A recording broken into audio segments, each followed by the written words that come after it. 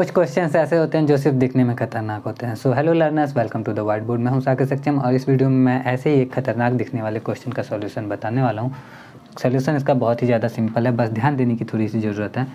Question है हमारा, तीन बिंदुओं ए, बी और सी के निर्देशांक क्रमशः ये और ये हैं। ये ए का निर्देशांक, ये बी का निर्देशांक और ये सी का निर्देशांक। तो तीनों के नीचे ए, बी और सी लिख देते हैं और ये तीनों मिलकर एक त्रिभुज बना रहे हैं। तो त्रिभुज भी हम यहाँ पे बना देते हैं अपनी समझ के लिए। ये ए, बी और सी।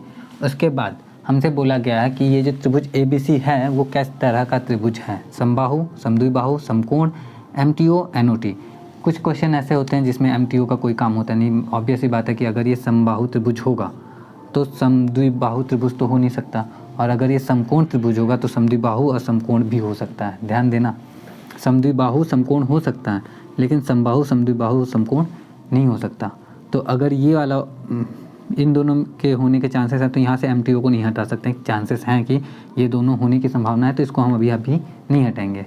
अब आगे देखते हैं क्वेश्चन पे, ठीक, कि क्वेश्चन में ये त्रिभुज किस तरह का है। तो अगर समबाहु त्रिभुज होगा तो AB, BC और CA तीनों बराबर होंगे। तो हमें A और B का निर्देशांक मालूम है, B और C का निर्देशांक मालूम है, C और A का भी निर्देशांक मालूम है। तो जब दो बिंदुओं के निर्देशांक हमें मालूम हो तो उनके बीच की दूरी को पता किया जा सकता है। एक फार्मूला होता है, जैसे AB के बीच की दूरी अगर मुझे पता करना है तो रूट अंडर फार्मूला होता है x1 माइनस x2 का स्क्वायर प्लस में y1 माइनस y2 का स्क्वायर। ठीक है, अब हो सकता है आपने पढ़ा हो फार्मूला कुछ अलग, इससे तो अलग भी कर सकते हो। यहाँ पे x2 माइनस x1 का स्क्वायर कर सकते हो, y2 माइनस y1 का स्क्वायर कर सकते हो, लेकिन कंक्लूजन वही आएगा क्योंकि जब भी माइनस का स्क्वायर करते हैं तो वो प्लस में हो जाता है। तो यहाँ पे x1 क्या है, जैसे A और B की बात कर रहे हैं तो x1 इसके लिए ये होगा, ये इसके लिए x2 ये होगा। ठीक है, तो a/√3 में से 2a/√3 माइनस करना है। तो a/√3 में से 2a/√3 माइनस करेंगे तो माइनस में a/√3 बचेगा हमारा। चलो लिख लेते हैं, माइनस में a/√3 का square plus y1 minus y2, a में से 2a माइनस करना है तो माइनस में a का स्क्वायर बचेगा हमारा। चलो इसका स्क्वायर करें अब, तो इसका स्क्वायर होगा a² / 3 प्लस a²। कैलकुलेट करो इसको, तो a² प्लस 3a² / 3 यह हमारा 4a² / 3 रूट में, रूट से बाहर आएगा तो 2a/√3। ये आई AB के बीच की दूरी। तो AB के बीच की दूरी आ गई है 2a/√3। ठीक, अब ऐसे ही जैसे AB के बीच की दूरी हमने पता किया है, वैसे ही BC के बीच की दूरी पता करेंगे। तो B कहाँ है हमारा, ये रहा, C ये रहा, फॉर्मूला वही रहेगा। यहाँ पे BC लिख लेंगे, BC के बीच की दूरी का फॉर्मूला सेम, फॉर्मूला वही रहता है। यहाँ पे बस x1 और x2, y1 y2 के जो वैल्यू रहती है वो चेंज हो जाती है। तो 2a/√3 में से a/√3 माइनस करना है इस बार हमें, तो हमारे लिए बचेगा, इसमें से इसको माइनस करेंगे तो a/√3 बचेगा और उसका स्क्वायर करना है, प्लस 2a में से 3a माइनस करेंगे तो माइनस a बचेगा, इसका स्क्वायर करना है। अब आप देख रहे होगे जो आंसर आया तो हाँ यहाँ लिख दिया हमने। अब आगे इसका स्क्वायर करेंगे तो a² / 3 प्लस माइनस a का स्क्वायर करते हैं तो भी a² ही आता है, ये भी रूट में है। इसको सॉल्व करते हैं तो ये बचा हमारा a² प्लस 3a² / 3 यानी कि 4a² / 3, ये रूट में है तो रूट से बाहर आएगा 2a/√3। और ये किसका मान है, ये हमारा BC का मान है। तो BC जो है वो भी आया हमारा 2a/√3। देख के लग रहा है कि शायद ये समबाहु त्रिभुज हो सकता है, लेकिन अभी हम कंक्लूजन पे नहीं आए हैं, अभी हम और भी सॉल्व करेंगे इसको। अब आते हैं, AB हो गया, BC हो गया, अब CA की दूरी, CA को हम A से भी बोल सकते हैं ऑब्वियसली।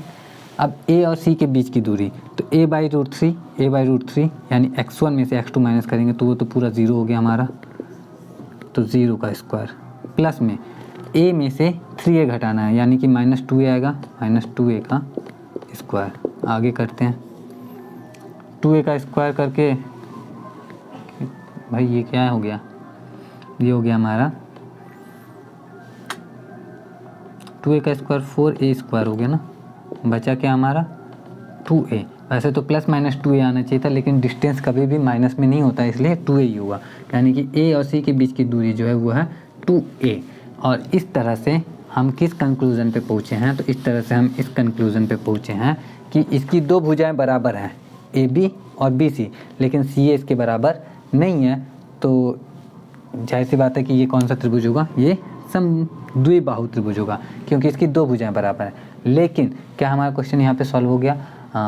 जैसे मान लो कि यहाँ पे मैं एक समद्विबाहु त्रिभुज बना रहा हूँ जिसमें ये दोनों भुजाएं बराबर हैं, ये भुजा इसके बराबर है, लेकिन ये समकोण त्रिभुज भी तो है।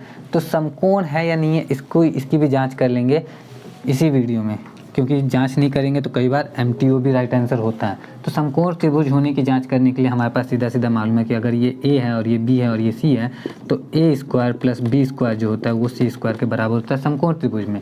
तो उस हिसाब से इन दोनों का जो स्क्वायर होगा, जैसे क्या होगा इसका स्क्वायर, A² की जगह पर हम लिखते हैं 2A/√3 का स्क्वायर, प्लस B² की जगह पे भी सेम यही रहेगा 2A/√3 का स्क्वायर, और बराबर में C² देख क्या होता है 4A² आना चाहिए। इन दोनों को ऐड करने पे 4A² अगर आ गया, C² के बराबर आ गया, तो ये समकोण त्रिभुज भी होगा।